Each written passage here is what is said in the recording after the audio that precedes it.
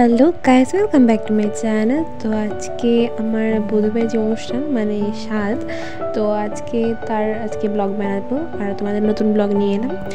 তো দেখতেই পাচ্ছ এখানে ডেকোরেশন করা হয়ে গেছে অলরেডি। তো এখন বধূভাইকে আমরা স্নানে নিয়ে যাচ্ছি। আর দেখো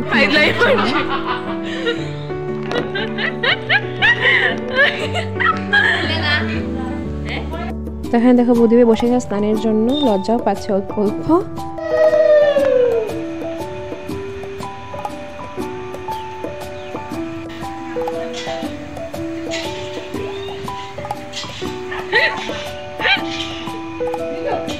আর এই দেখো আমাদের যে আসছে তার 3 ঠাম্মা, মধ্যের জন্য হচ্ছে বড়, সাইডের জন্য হচ্ছে মেজো এবং আমার মা হচ্ছে ছোট। তো 3 ঠাম্মা মিলে কি কনভারসেশন চলছে আর কি বলবো, কি খুশি।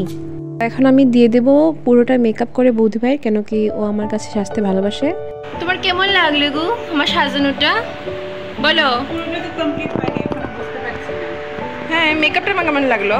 এইটুকু তো পারফেক্ট।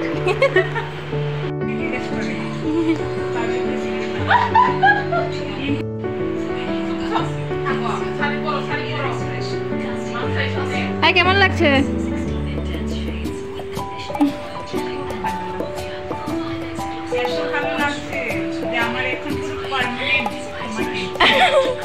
তো দেখতেই পাচ্ছ আমি বৌদিভাইকে পুরো রেডি করে দিয়েছি, হেয়ার মেকআপ সব কিছু পারফেক্ট। বাট আরেকটা কথা বলে দিই যে আমি কোনো মেকআপ আর্টিস্ট না, তোমরা আবার ভুল করবে না।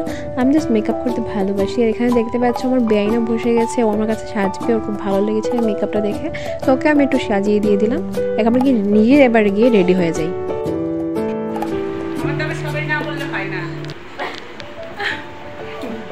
ভিডিও করে কি করছিস তুই? তাকাও, ফটো তুলবি ভাই। আসো, তুমি আসো, দাঁড়াও এখানে, আসো, দাঁড়াও।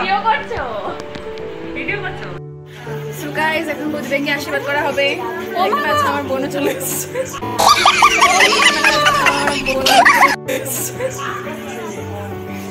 এই যে আমার বেআইন,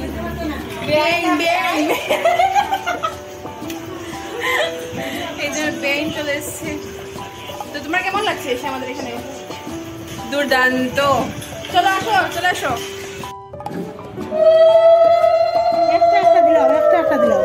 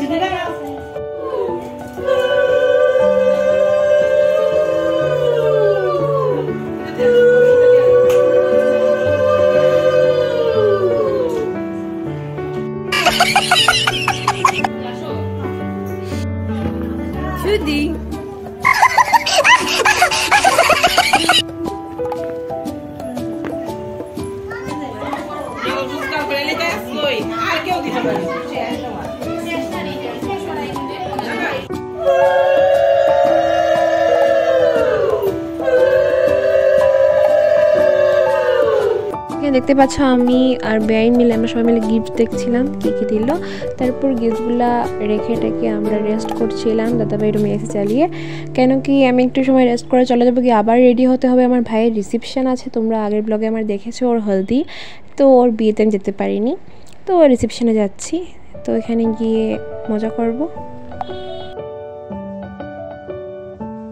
সো এটা আমার ফাইনাল লুক রিসেপশনের। তো আরেকদিন আমি নতুন একটা ব্লগ নিয়ে আসবো। আজকের ব্লগটা এখানে আমি শেষ করছি। আমি প্রচণ্ড টায়ার্ড, আর আমি খেয়ে এখন বাড়ি চলে যাবো। আমার নাচতেও ভালো লাগছে না, কেন কি আমি প্রচণ্ড টায়ার্ড। টাটা, দেখা হচ্ছে নিউ ব্লগে।